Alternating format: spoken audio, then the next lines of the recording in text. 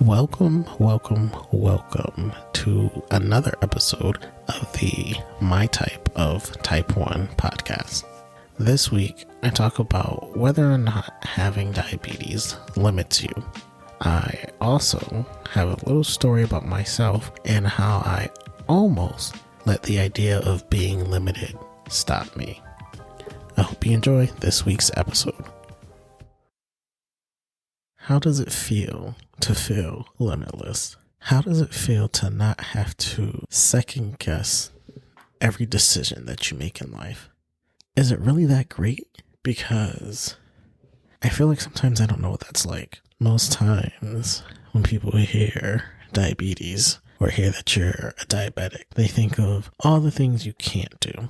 You can't do this, you can't do that, you can't eat this or drink that. And as far as I know, because I was a baby when I was diagnosed, but as far as I know, the only thing that the doctor told my parents at that time was that I couldn't be an astronaut. Yet somehow, it seems like everybody always has a huge list of things that I can't do or that I shouldn't do.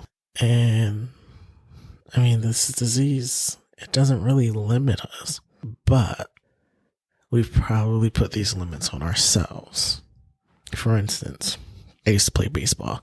Love playing the sport. I don't watch it much, but I love playing it. But there's always that thing in the back of my head that's like, have you ever heard of a diabetic baseball player? Come on, are you really going to do this? And so, you never really pursue anything. And that goes for any sport in general, really. And then I also wanted to be an actor.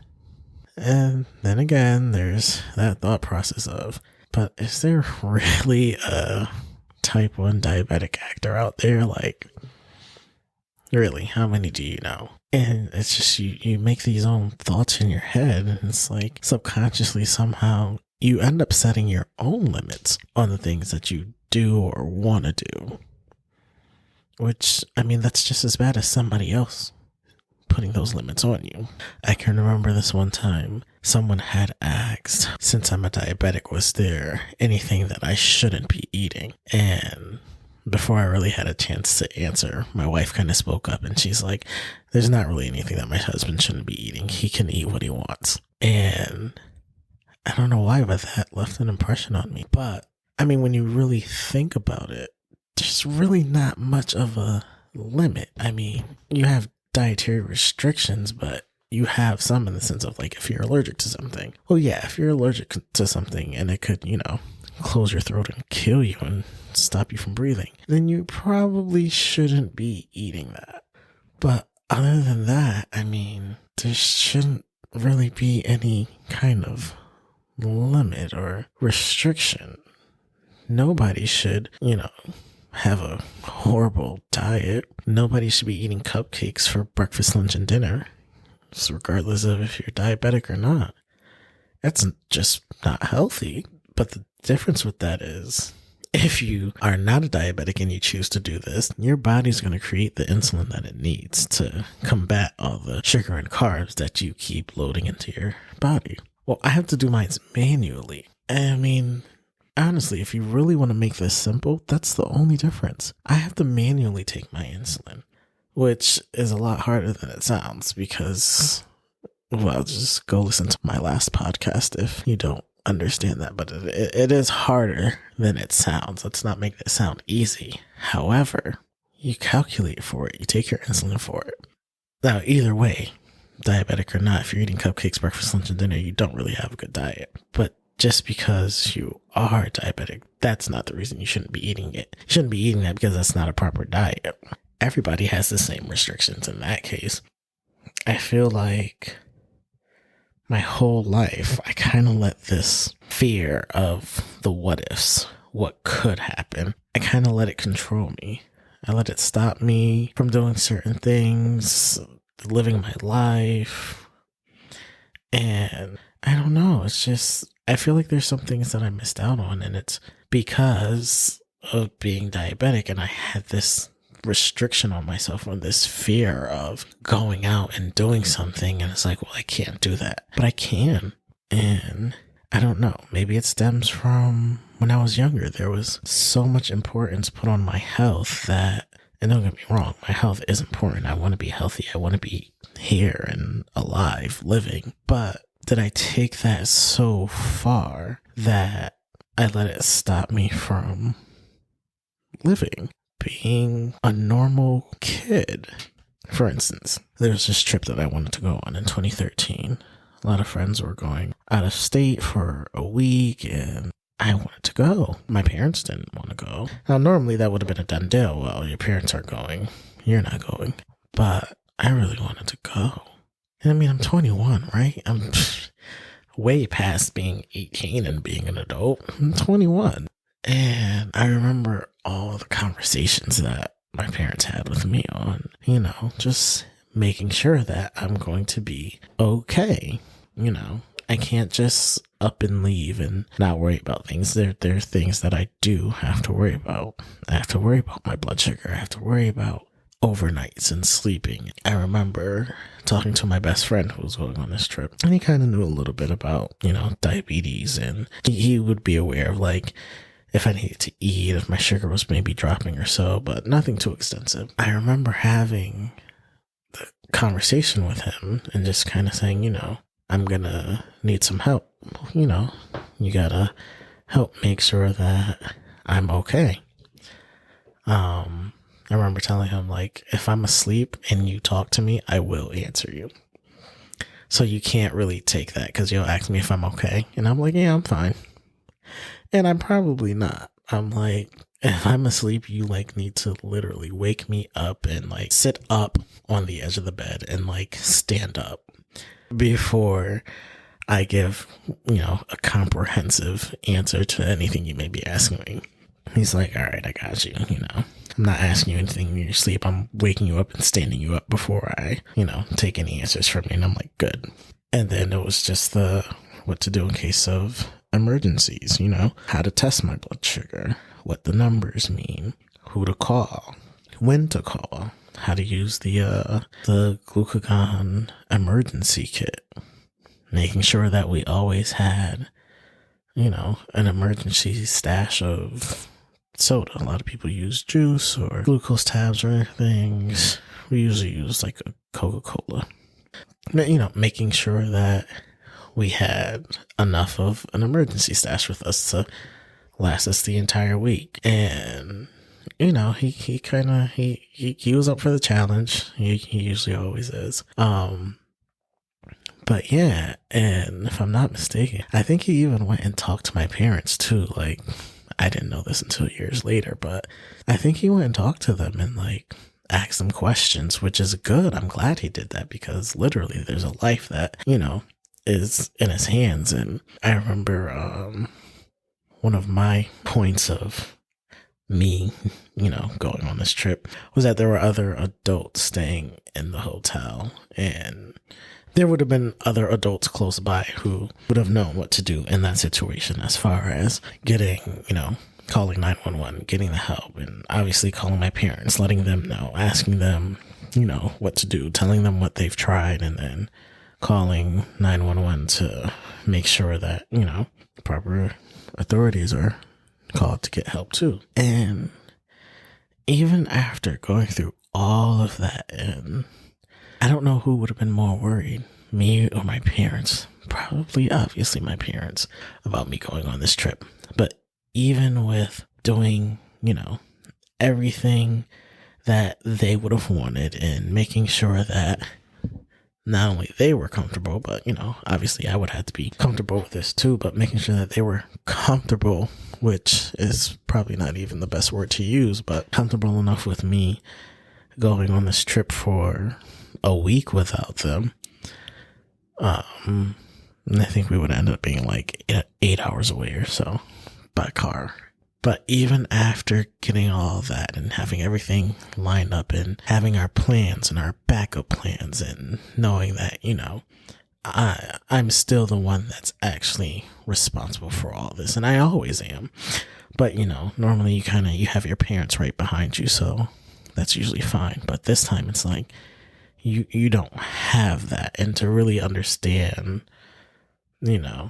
the responsibility that comes with it. I almost didn't go on this trip. I almost didn't go, and I don't think anybody knows this, but I remember waking up one morning and just, I guess, mini panic attack, but I like freaked out because all I could think of was something was going to go wrong.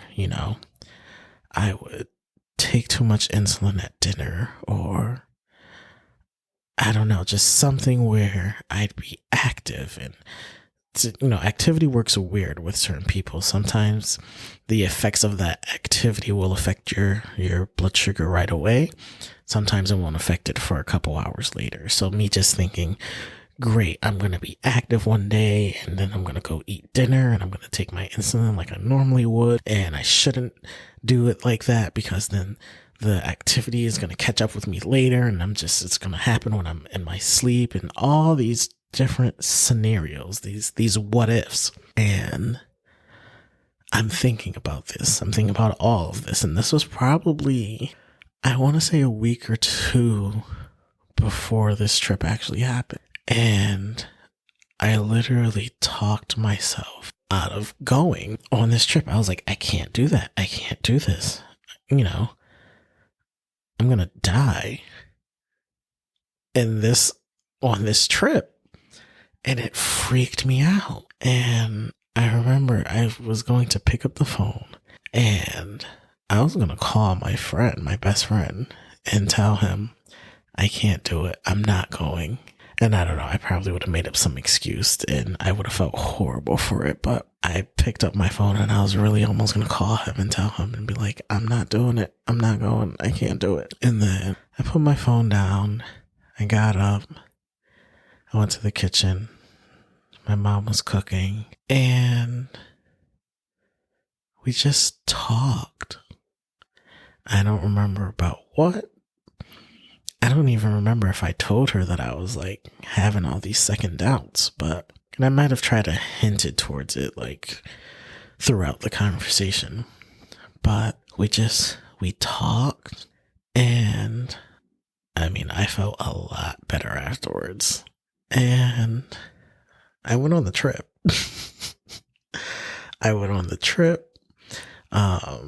Had a great time. Obviously, I'm still here today. But yeah, it was a fun trip. It was a great week.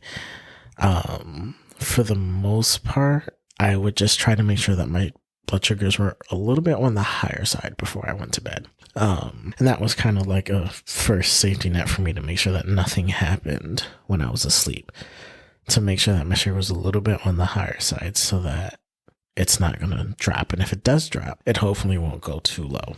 But yeah, it was great. I did it. Did this first trip, without my parents, being right behind me. And so really there was, not to say there was nothing to worry about. I shouldn't even say that. But the worry that I put on myself, it was excessive. It was too much. I shouldn't have worried myself as much. You should always be prepared and plan for the what ifs or the worst case scenarios. But I think sometimes you get into your own head and you exaggerate it. And that's what's not good, to exaggerate it. But, there's other parts of life where I'm sure you have that worry, like with being single or living by yourself with type 1 diabetes. It seems very dangerous to kind of do something like that. But, there are some people that do. And I tell you, if I did do that, I definitely would not be here today. If I did, I definitely wouldn't. And I don't have to worry about that now. I'm married, so I'm always with somebody. But, 10 years later from this trip, I don't feel the same about these kind of limits that I have, They still exist in a sense, but that's just how my mind works, You kind of always think, well, I kind of always think, well, I can't do this or I can't do that. But even so, it's not like the same kind of, debilitating fear as I had before. Maybe that just comes with maturing. I don't know. Like I said, you can't let that fear stop you, but you should let it guide you. Let it guide you in the sense of you're more prepared, you have an understanding of what could happen, but it doesn't stop you from actually living your life, because there's a lot of fun things out there to do, and you should be able to do them. Well, I hope you enjoyed this week's episode, and join me again next Wednesday for another episode as I go more into my life with type 1 diabetes. I hope you remember that none of this should be taken as medical advice, but simply me sharing what has benefited me through my life, and that you remember to always talk to your doctor before you change anything. Please feel free to hit the follow button or the plus button on your podcast player, and if possible to leave a review or a 5-star rating. If you would like to follow the podcast, you can do so on Facebook at My Type of Type 1 Podcast, or on Twitter at My Type of Type 1, and also on Instagram at My Type of Type 1. Or you can follow me personally on Instagram at stone_T1D_dad. And you can always check out my website, mytypeoftype1podcast.com. Thank you, and see you next week.